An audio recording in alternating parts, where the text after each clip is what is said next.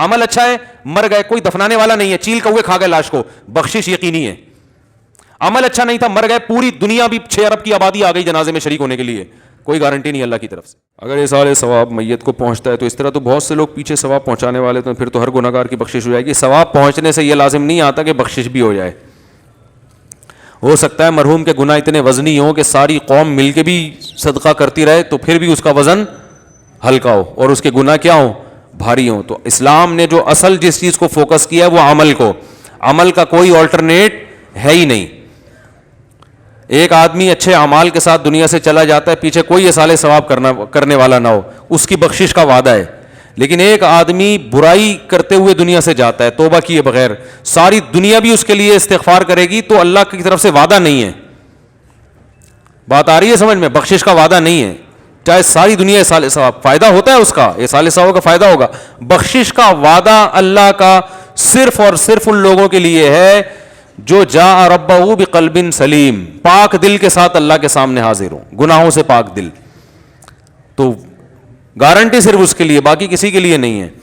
اسی طرح یہ یاد رکھو, جو اتنا بڑا جنازہ ہو گیا, لوگ کہتے ہیں کسی کا بھی جنازہ بڑا ہو تو سب بخشے بخشائے ہیں, تو جنازہ بھی بڑا ہونا ایک اچھی چیز ہے, اچھی امید ہے, لیکن گارنٹی جو قرآن و سنت میں ہے وہ صرف کس کے لیے؟ عمل اچھا ہو. عمل اچھا ہے, مر گئے, کوئی دفنانے والا نہیں ہے, چیل کوے کھا گئے لاش کو, بخشش یقینی ہے. عمل اچھا نہیں تھا, مر گئے, پوری دنیا بھی 6 ارب کی آبادی آ گئی جنازے میں شریک ہونے کے لیے, کوئی گارنٹی نہیں اللہ کی طرف سے. فضیلت ہے کہ اتنے لوگ مغفرت کی دعا کر رہے ہیں, شاید بخش دے اللہ. امیدیں لگائی جا سکتی ہیں, اللہ کی طرف سے گارنٹی بولتے کیوں نہیں ہے, گارنٹی صرف ایک کے لیے ہے, کیونکہ قرآن میں زیادہ فوکس اسی کو کیا, عمل. یہی وجہ ہے کہ آج لوگ عمل سے ہٹ گئے ہیں اور بس ان چیزوں پہ, کراؤڈ پہ, اور اتنے لوگ ہیں میرے نعرے لگانے والے, اور اتنے لوگ, اور کچھ لوگوں نے عجیب معیار بنا لیے ہیں, میں صبح اتنے وظیفے پڑھتا ہوں, شام کو اتنی تلاوت کرتا ہوں. گناہ سے آپ بچتے ہو کہ نہیں بچتے؟ اگر آپ گناہ کر رہے ہو تو پھر معاملہ آپ کا خراب ہے. سب سے پہلے قرآن نے اعمال کو فوکس کیا ہے. قرآن میں ہے نا, والعصر ان الانسان لفی خسر, انسان خسارے میں ہے, الا الذین آمنوا وعملوا الصالحات, سوائے وہ لوگ جو ایمان لائے اور نیک اعمال کیے. یہ تو نہیں کہا قرآن نے کہ سب انسان خسارے میں, سوائے وہ لوگ جو مر جائیں تو پیچھے دیگیں چڑھا رہے ہیں لوگ ان کے لیے, سوائے وہ لوگ جو مر گئے تو پیچھے قرآن خوانی پہ قرآن خوانی ہو رہی ہیں, وہ خسارے میں نہیں ہے. نا نا نا نا نا, اصول اور ضابطہ جو لا ہے وہ کیا ہے؟ آمنو, عقیدہ درست, وعملوا الصالحات, اور اعمال اچھے کر لو, اپنے عمل کو فوکس کر رہے ہیں بھائی, تو یہ کر لو, پھر باقی چیزیں گریبی میں چلاؤ. مر جائے تو اتنے لوگ جنازے میں آ جائیں, اچھی بات ہے, اولاد دعا کرے آپ کے لیے, بہت اچھی بات. یہ سب گریبیاں ہیں. آپ پلیٹ ہی خرید نہیں رہے ہو, کھانا ہی گریبی سے شروع کر رہے ہو. آپ ہوٹل میں گئے, آپ نے کہا یار نہاری کتنے کی, اس نے کہا 100 روپے کی. آپ نے کہا اچھا روٹی کتنے کی, اس نے کہا 15 روپے کی یا 10 روپے کی. آپ نے کہا چائے کتنے کی, اس نے کہا جی 20 روپے کا کپ ہے. آپ نے کہا اور گریبی, اس نے کہا گریبی فری میں. تو آپ نے کہا 8 گریبیاں لے آؤ, خالی 8 گریبیاں لے آؤ. وہ کہے گا بھائی جان پہلے کھانا تو کھاؤ. ہاں اگر روٹی بیوہ ہو گئی, یعنی سالن ختم ہو گیا اور روٹی رہ گئی خالی, تو روٹی بیوہ ہو گئی, تو اس کو بیوہ ہونے سے بچانے کے لیے ہم تھوڑی سی گریوی لا دیں گے. یار تھوڑا سا ہمارا بھی حق بنتا ہے کہ آپ نے 100 روپے کی پوری پلیٹ خریدی ہے, تو اب اگر آپ کا پیٹ خالی رہ گیا, 2-4, ہم تو پورے کھانچے بھرتے ہیں نا بھائی. جب کھانا کھایا جاتا ہے ہوٹلوں میں تو جتنے بھی کھانچے ہیں پتے تک میں خوراک پہنچائی جاتی ہے, یعنی آتے ماتے تو بھر جاتی ہیں, اس کے بعد گردوں میں, پھیپڑوں میں, جہاں جگہ ملتا ہے ہم پہنچا رہے ہوتے ہیں. تو وہ گریوی سسٹم پاکستان میں, دنیا میں کہیں نہیں ہے, شاید انڈیا میں بھی ہو. اس کا فلسفہ یہ ہے کہ بھائی آپ نے پلیٹ کے پیسے دیے تھے, 100 روپے کی روٹی, آپ نے کھانا کھا لیا, پیٹ بھر گیا, 2-4 کھانچے آپ کے باقی رہ گئے ہیں, تو اب ہوٹل والا کہتا ہے یار اب اس سے کے پیسے آپ سے کیا لینے, چلو آپ نے اتنی قیمت ادا کر دی تو 1 گریوی یا 2 گریویاں بھی کھلا دے گا, وہ تھوڑی سی ڈال کے لے آئے گا, چلو جی. تو یہ جو جنازے میں اتنے لوگ آ جانا, اس سے بخشش کے وعدے ہیں. اسی طرح جو ہے پیچھے لوگ آپ کے لیے دعائیں مغفرت کرتے ہیں, ایصال ثواب کرتے ہیں, صدقہ کرتے ہیں, یہ اللہ کی طرف سے گریبیاں ہیں, یہ اصل نہیں ہے. جنت کی اصل قیمت عمل ہے, عمل. سمجھ میں آ رہی بات؟ جہنم سے بچنا ہے تو عمل, عمل. تو پہلے عمل مکمل ہو جائے, پھر نیچے بعد میں اولاد بھی دعائیں مانگ رہی ہے, اور بچوں میں حافظ بھی ہیں, وہ بھی بخشوائیں گے انشاءاللہ, شہداء بھی بخشوائیں گے, علماء بھی بخشوائیں گے, اور جناب پھر ساتھ ساتھ جو ہے وہ غریبوں کو کھانا بھی کھلایا جا رہا ہے, ایصال ثواب بھی ہو رہا ہے. تو یہ گریبیاں بھی ہیں. ہم نے جب یہ فضائل سنے اسلام میں غریبیوں کے, ہم نے عمل کو پیچھے کر دیا. لوگ سود بھی کھا رہے ہیں, چوری کے پیسوں سے حج کر رہے ہیں جا کے, کرپشن دبا کے ہو رہی ہے, بہنوں کی وراثت پھوڑی ہوئی ہے طبیعت سے, ان سے معاف کروا لیتے ہیں, بہنوں سے 2-2 کروڑ کے پلاٹ معاف کروا لیے ان سے, ٹھیک ہے نا, وہ معاف کروا لیے, ان کی وراثت نہیں دے رہے. اور جناب معاشرے میں جو بیوہ عورتیں رول رہی ہیں, دیکھ رہے ہیں ان کو اپنی آنکھوں سے, مگر کوئی اس سنت کو زندہ کرنے کے لیے تیار. میں تو اس کو بھی ایک جرم ہی سمجھتا ہوں. اور جناب لڑکیوں سے دوستیاں بھی ہیں, اور فون پہ گپیں بھی ہو رہی ہیں, 10 گرل فرینڈ پالی ہوئی ہیں, اور جناب شادی کرتا نہیں ہے, اور ادھر بھی دوستی ادھر بھی دوستی, بیگم, اور کر بھی لیے تو وہ دوستیاں نہیں چھوڑ رہے. وہ بیگم کو بیوقوف بنانے کے لیے وسیم ستار کے نام سے لڑکیوں کے نمبر سیو کیے ہوئے ہیں.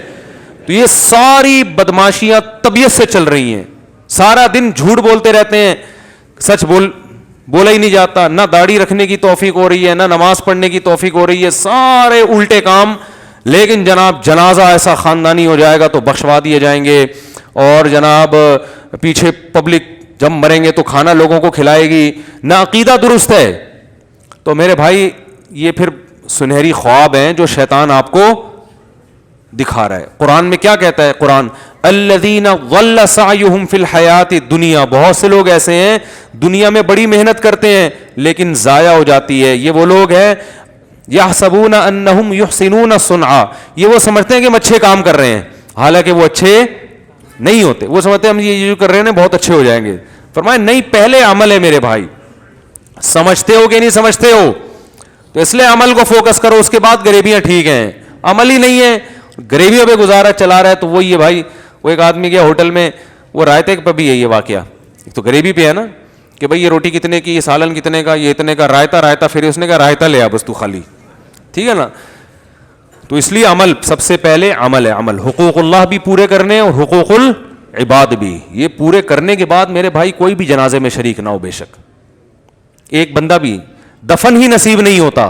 فرض کر لو آپ بہت نیک تھے, نیک آدمی تھے, خدا نہ خواستہ ایسی جگہ آپ کی موت ہوئی, اور موت بھی بڑی خطرناک ہوئی ہے, بھوک پیاس سے ریگستان میں تڑپ تڑپ کے مر گئے آپ. ایک مثال دے رہا ہوں, ٹرین کے نیچے آ کے مر گئے, بم دھماکے میں چیتھڑے اڑ گئے, کوئی ٹینشن لینے کا نہیں ہے. عمل اچھا تھا نا, جس طرح بھی مرو, دفنانا نصیب ہو یا نہ ہو, جنازہ نصیب ہو یا نہ ہو, غسل کفن نصیب ہو یا نہ ہو, کوئی ٹینشن. یہ بعد والوں کی ٹینشن ہے.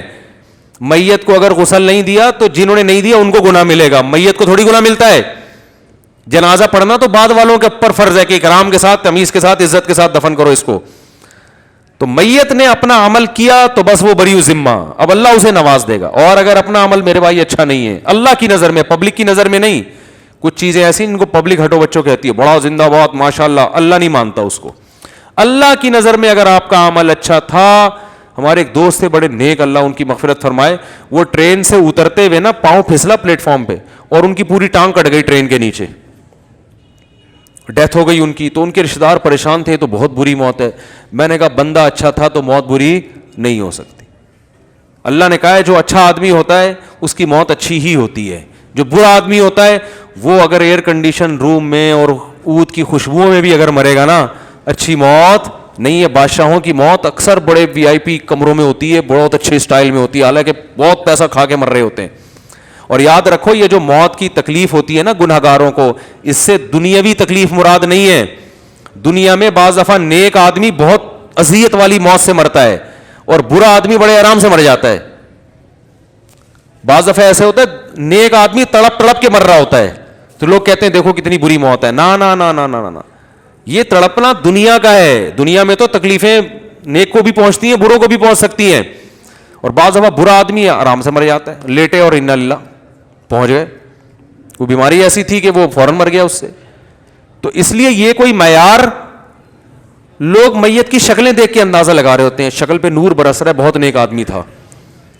وہ بھائی جو ہارٹ اٹیک سے مرتا ہے, برین ہیمریج سے مرتا ہے, اس کی شکل پہ نور ختم ہو جاتا ہے, چاہے وہ کتنا ہی نیک آدمی ہو. تو یہ کوئی معیار نہیں ہے اتنی خوبصورت شکل مرنے کے بعد اور اتنی بدصورت شکل. نیک آدمی کی شکل خراب ہو سکتی ہے مرنے کے بعد, بیماری ایسی تھی جس سے فوراً باڈی خراب ہونا شروع ہو گئی. برے آدمی کی شکل اچھی ہو سکتی ہے مرنے کے بعد, کیونکہ وہ جس طرح سے مرا ہے تو ہو سکتا ہے اس بیماری کی وجہ سے باڈی جلدی خراب نہ ہو. یہ ٹھنڈے علاقے میں مرا ہے, اب کوئی چترال کے برف خانے میں مر گیا, شراب پی کے بھی مرے گا, جلدی خراب نہیں ہوگا, 3 دن بعد بھی جائیں گے, نورانی مسکراتا ہوا چہرہ نظر آئے گا اس کا آپ کو.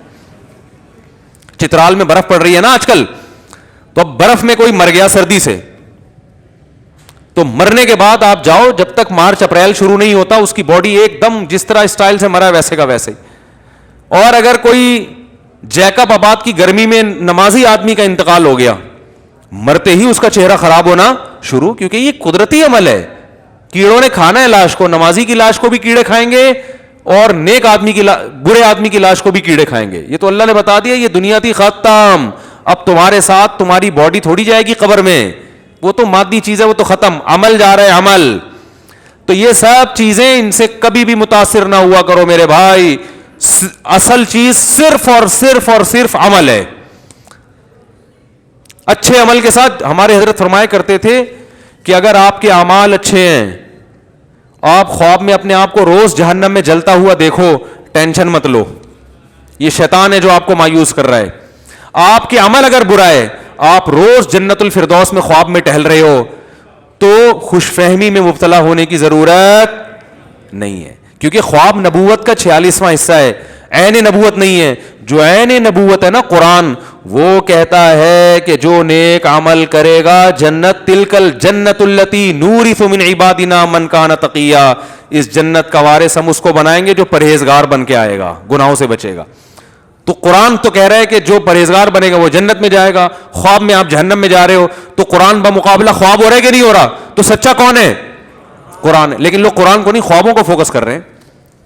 بہن کی وراثت دی نہیں, آپ روزانہ جنت آ رہی ہے خواب میں آپ کو, آپ خوش فہمی ہو, یار میں تو اللہ کا شکر ہے نبی صلی اللہ علیہ وسلم کی بھی مجھے روزانہ خواب, مجھے لوگ بتا رہے ہوتے ہیں مجھے نبی کی بھی زیارت ہوئی ہے خواب میں, اور آپ صلی اللہ علیہ وسلم نے شفقت کا ہاتھ میرے سر, ایسے خواب آ رہے ہوتے ہیں لوگوں کو.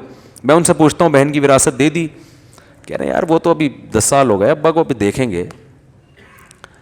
بھائی وراثت نہیں دی, گھر والوں کے ساتھ سلوک اچھا ہے آپ کا, گھر والوں سے رابطہ کرو گے, 2 نمبر آدمی ہے, اتنا تمیز سے گھر میں دوستوں کے ساتھ بیٹھا ہوتا ہے, ایسا ہنسی خوشی زبر, گٹر کے ڈھکن پہ بیٹھے ہوتے ہیں نا دوستوں کے ساتھ. اب تو کراچی میں ڈھکن ہی ختم کر دی ہے گورنمنٹ نے, گٹروں میں کراچی میں حکومت نے ڈھکن اس لیے ختم کیے تاکہ یہ اوباش قسم کے لونڈے لپاڑے گٹر کے ڈھکن پہ نہ بیٹھیں. ہم اچھی نیت کرتے ہیں نا حکومت سے کہ کراچی میں گٹر کے ڈھکن اس لیے غائب ہوئے تاکہ یہاں بیٹھ کے لوگ گٹکا کھاتے تھے, تو حکومت نے گٹکے کو ختم کرنے کے لیے گٹروں سے ڈھکن کیا کر دیے, غائب. اور کووڈ 19 کے خلاف آپ کا جو امیون سسٹم ہے, قوت مدافعت بڑھانے کے لیے جو گٹر جو ہے نا ان کو بھی ابلنے دیا ہے تاکہ گندگی پھیلے اور آپ کی جو بھنگی آسانی سے بیمار نہیں ہوتا. یاد رکھو, آپ بھنگی کے منہ پہ چھینکو کے بیمار ہو جائے گا, وہ کہے گا ہم گٹروں سے گھوم گھوم کے نکل کے آتے ہیں یار, ہمیں کچھ نہیں ہوتا, تو ہمارے اوپر چھینک رہا ہے. بیمار تو وہی آدمی ہوتا ہے جو ان چیزوں سے بچتا ہے. تو یہ بھی حساب کتاب ہے کہ یہ گورنمنٹ کا اچھی سوچ رکھنی چاہیے. تو ہم کہتے ہیں جو کراچی کے گٹروں کے ڈھکن غائب کیے ہیں اس میں بھی کوئی اچھا مسئلہ ہوگا. تو بات کیا چل رہی تھی, کدھر سے کدھر چلا گیا یار, میں جلدی جلدی سمیٹنے کی کوشش کر رہا ہوتا ہوں, پھر ٹاپک چینج ہو جاتا ہے. گٹر کے ڈھکن کہاں سے آ گیا, یہ اعمال تو ہے, وہ باہر وہ کس کو بٹھایا تھا, ہاں نہیں گٹر کے ڈھکن پہ بہنوں کی وراثت سے کیا تعلق. ہاں میں یہ بتا رہا تھا, باہر گٹر کے ڈھکن پہ جب بیٹھا ہے تو دوستوں سے ہنس ہنس کے ہاں ہو, گھر میں آتا ہی چنگیز خان بن جاتا ہے. بہت شادی شدہ لوگوں کو دیکھا ہے ہم نے, گھر سے باہر ایسے ہنسی مذاق لطیفے, گھر آئیں گے تو موڈ ہی آف ہو گیا. تو یہ تو عمل نہیں ہے نا. نبی صلی اللہ علیہ وسلم جب گھر میں آتے, امی عائشہ فرماتی ہیں مسکراتے چہرے کے ساتھ آتے تھے, سب کو سلام کرتے تھے. تو آپ گھر میں آگے سب سے تمیز سے بات کرتے ہو, سلام کرتے ہو, بیٹھتے ہو, ہاں وہی. تو یہ چیزیں نہیں ہیں. خواب آ رہا ہے جنت میں ٹہل رہا ہوں میں, حوریں آ رہی ہیں دائیں بائیں. مفتی صاحب کا 4 شادیوں میں بیان سنا تھا, آج وہی بیان سامنے آ گیا. دنیا میں نہیں ملی, آخرت میں, ٹھیک ہے نا, حوریں آ گئیں. اور کیا کہتے ہیں آپ کا جو ہے بڑے اچھے اچھے خواب آ رہے ہیں, اور نبی صلی اللہ علیہ وسلم کی زیارتیں بھی ہو رہی ہیں.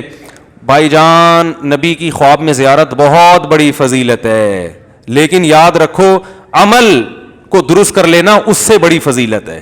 ساری زندگی خواب میں نبی کی زیارت نہیں ہوئی, لیکن نبی کی سنت پر عمل کیا, گھر میں آئے مسکراتے چہرے. اچھا جب بھی بات ہوتی ہے نبی کی سنتیں تو لوگ سمجھتے ہیں بس مسواک یہاں رکھ لو, یہ نبی کی سنتیں ہیں. مسواک یہاں رکھ لو, آنکھوں میں ٹائٹ سا سرما لگا لو موٹے موٹے کر کے. تو سنت کا یہ تصور آتا ہے. سنت طریقے کو کہتے ہیں, نبی کا طریقہ. اس کی مثال دیتا ہوں. ایک دفعہ میں یہاں تعلیم کر رہا تھا تو نبی حضرت عبد الرحمن ابن ابی سلمہ رضی اللہ تعالیٰ عنہ چھوٹے بچے تھے. ان کی والدہ حضرت ام سلمہ بیوہ ہو گئی تھیں, تو ان سے نبی نے نکاح کر کے ان کے چھوٹے بچوں کو بھی پالا.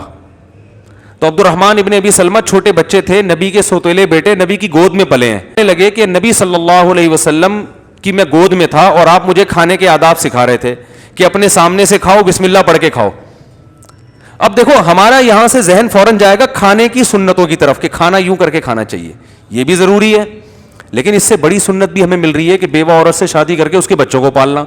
اس سنت کی طرف ہماری کھوپڑی کھانے والی ہے کہ کھانا تو یہاں سے کھاؤ وہاں سے کھاؤ, پیٹ میں مزہ تو وہی آئے گا نا. اس کو دیندار لوگ بھی فوکس کرتے ہیں, یار کھانا جب کھاؤ تو بسم اللہ پڑھ لو. کتنا ٹائم لگتا ہے بسم اللہ پڑھنے میں, تو وہ تو پوری ہو جاتی ہے سنت الحمدللہ. تو بہت ہی کوئی ملحد ہوگا جو بسم اللہ نہیں پڑھے گا. اور پھر اپنے سامنے سے بھی, اب اگر بوٹی اس سائڈ ہے تو پلیٹ گھما لو یوں کر کے, اپنے سامنے سے کھا لو. حدیث میں یہ تھوڑی ہے کہ پلیٹ گھمانے کی اجازت نہیں ہے تمہیں. بھائی یہ خطرہ ہوتا ہے کہ اپنے سامنے سے کھاؤں گا تو لیگ پیس تو وہاں ہے, فرنٹ پہ تو کچھ بھی ہے نہیں. اب وہ تو وہ کھا لے گا, تو اس کا طریقہ یہ باتوں باتوں میں اس کو گھما لو پھر اپنے سامنے. اب اس کے لیے حرام ہو جائے گا آپ کا لیگ پیس کھانا, ٹھیک ہے نا. تو یہ والی سنتیں بھرپور طریقے سے پوری ہو رہی ہیں.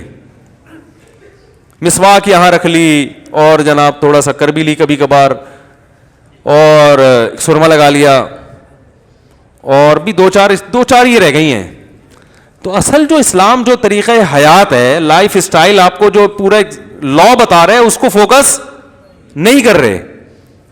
وہ یہ ہے کہ بھائی یہ بھی ہمارے معاشرے کا ایک حصہ ہے. اللہ پہ توکل کرو, لے لو سوتیلے بچوں کو پال لو, کوئی ٹینشن کی بات نہیں ہے. نبی کے گھر میں 40 دن چولہا نہیں جل رہا بھائی, پھر بھی رکھ رہے ہیں کہ چلو ہم ہیں جیسے ہم ہیں ویسے یہ بھی پل جائیں گے. تو توکل, اللہ پہ اعتماد اور یہ سب چیزیں مارکیٹ سے کیا ہو رہی ہیں, شارٹ خوابوں پہ چل رہے ہیں. مجھے آج یہ والا خواب آ گیا, مجھے آج بشارت ہوئی ہے صبح صبح اٹھتے ہی. اللہ کا شکر ہے میں اپنے بارے میں اچھے خواب سے کبھی خوش فہمی میں مبتلا نہیں ہوتا. اللہ سے اچھی امیدیں ضرور لگاتا ہوں, لیکن میں کہتا ہوں بھائی جب آپ مجھے جو فون کر کے بتاتے ہیں مفتی صاحب آج آپ کے بارے میں نے اتنا اچھا خواب دیکھا, آپ کو میں ممبر پہ بھی بیان نہیں کرتا, اس لیے کہ بھائی اگر میرا عمل اچھا ہے نا تو ٹھیک ہے, یہ اچھے خواب اللہ کی طرف سے ایک حوصلہ افزائی ہے. عمل اگر اچھا نہیں ہے تو ایسا نہ ہو کہ ان اچھے خوابوں کی وجہ سے میں بلا وجہ خوش فہمیوں میں مبتلا ہو جاؤں اور عمل سے کیا ہو جائے, کوتاہی. یہ ہوتا ہے انسان نا اپنے بارے میں اچھا سن کے بہت جلدی متاثر ہوتا ہے, اپنے بارے میں کوئی برا نہیں سننا چاہتا کبھی بھی. جب آپ کی کوئی تعریف کرے نا آپ فوراً یقین کرو گے, برائی کرو گے اتنی جلدی یقین نہیں آتا انسان کو. آدمی کہتے ہیں جھوٹ بول رہا ہے, یہ انسانی نیچر ہے, سب کی ہے, ہماری بھی ہے, آپ کی بھی ہے, سب کی ہے یہ نیچر. تو جب اپنی برائی ایک انسان کو معلوم ہے کہ میری یہ نیچر ہے کہ کوئی تعریف کرے گا تو چوڑے میں آؤں گا, برائی کرے گا تو نہیں مانوں گا, تو بہتر ہے اپنی اس برائی کو پہلے سے انسان جان کے لوگوں کو تعریف کرنے سے منع کر دے کہ بھائی ہمیں زیادہ چوڑے میں لانے کی ضرورت, خواب سنا کے یہ دیکھا وہ دیکھا, وہ بھائی عمل کو فوکس کر لے انسان, بس اللہ عمل کی توفیق دے دے. ہاں ان خوابوں کو بالکل نظر انداز کر دینا بھی غلط ہے, ایک اللہ کی رحمت ہے. اگر اچھا خواب آ رہا ہے تو اللہ کا شکر ادا کر دینا چاہیے کہ اللہ جیسا اس نے میرے بارے میں اچھا خواب دیکھا تو حقیقت میں مجھے ویسا ہی بنا دے. اور اچھا یہ بات یاد رکھو, جو اکثر پیر و مرشد ہوتے ہیں نا وہ اپنے بارے میں لوگوں کو جو اچھے خواب آ رہے ہوتے ہیں وہ بتا رہے ہوتے ہیں, جو برے آ رہے ہوتے ہیں وہ نہیں بتا رہے ہوتے. اب جیسے ہمارے بارے میں اچھے خواب لوگوں نے دیکھے مجھے بتاتے ہیں تو میں ممبر پہ کیوں نہیں بتاتا, 2-4 نے الٹے بھی دیکھے ہوئے ہیں. میں کہتا ہوں یا تو پھر دونوں بتاؤ, نہیں بتا رہے تو پھر سارے ہی پی جاؤ, ٹھیک ہے نا. ورنہ وہ بندہ کہے گا وہ والا تو بتا دیا جس میں جنت میں ٹہل رہے تھے, وہ والا نہیں بتایا جس میں کوئی ٹینشن میں تھے. تو اس لیے بھائی چھوڑ دو, عمل عمل عمل بس. اسی وجہ سے لوگ مجھے فون کرتے ہیں خوابوں کی تعبیر بتاؤ. میں کہتا ہوں یار ہم اپنی تعبیریں لوگوں سے نہیں پوچھتے, ہمارے پاس ٹائم کہاں ہے یار, ہمیں پتہ نہیں کیا کیا آتا رہتا ہے, آج یہ آ گیا. صبح اٹھ کے دیکھتے ہیں بھائی عمل صحیح چل رہا ہے تو ٹھیک ہے, نہیں ہے تو عمل کو سیٹنگ پہ لے کر آؤ. ڈائری لے کے بیٹھو, قلم لے کے بیٹھو, لکھو کیا کیا برائیاں ان کو نکالو. تو وہ ہو جائے نا پھر اچھا خواب آئے, پھر آدمی کو سکون بھی ملتا ہے. عمل سے مطمئن نہیں ہو یار, کیا خوابوں کی وجہ سے شیطان اور نہ کہیں. خواب نبوت کا 46واں حصہ ہے, نبوت نہیں ہے. اس میں سچا ہو سکتا ہے, یقین نہیں ہے کہ سچائی ہو, شیطان کی طرف سے بھی ہو سکتا ہے. سمجھ رہے ہو؟ جیسے عورتوں کو اگر ساس خواب میں آتی ہے نا, شادی شدہ عورتوں کو تو سانپ کی شکل میں آتی ہے وہ. حقیقت ہے یہ آپ مذاق نہ سمجھیں. میرے پاس فون آتے ہیں خواتین کے کہ میں نے اپنی جٹھانی کو سانپ کی شکل میں, اژدہے کی شکل میں دیکھا, تو اس کا مطلب میری جٹھانی بری ہے. میں نے کہا بھائی وہ اس لیے نہیں سانپ کی شکل میں آ رہی کہ وہ بری عورت ہے, وہ اس لیے ہے, اس کا قصور یہ ہے کہ وہ آپ کی جٹھانی ہے. سمجھ میں آ رہی ہے بات؟ وہ کس کی جٹھانی ہے؟ وہ آپ کی جٹھانی ہے. آپ اگر اس سے پوچھیں کہ آپ کو میں خواب میں کیسی آتی ہوں, تو وہ بتائے گی کہ آپ چمگادڑ کی شکل میں آتی ہو خواب میں. ایک مثال دے رہا ہوں. ٹھیک ہے. یہ سسرالی رشتے ایسے ہوتے ہیں کہ یہ ایک دوسرے کو خواب میں بھی اچھا دیکھنا پسند نہیں کرتے. تو اب اس کو اللہ کی طرف سے سمجھو کہ اللہ نے کوئی سگنل دیا ہے ساس کے بارے میں, خدا کی طرف سے مجھے اشارے مل رہے ہیں, تو یہ بلا وجہ اپنا گھر تباہ کرنے والی بات ہوگی. سمجھتے ہو کہ نہیں سمجھتے ہو؟ تو اس لیے بھائی عمل عمل عمل, باقی چیزیں غریبی ہیں. غریبی بھی چلاؤ, غریبی بھی چلاؤ, لیکن پہلے کیا ہے؟ عمل ہے. کھانا پہلے پلیٹ کھا لو نہاری کی, پھر غریبی بھی منگواؤ. یار یہ فری میں مل رہی ہے تو کیوں چھوڑے آدمی؟ ہم تو کھاتے ہیں بھائی. سیدھی سی بات.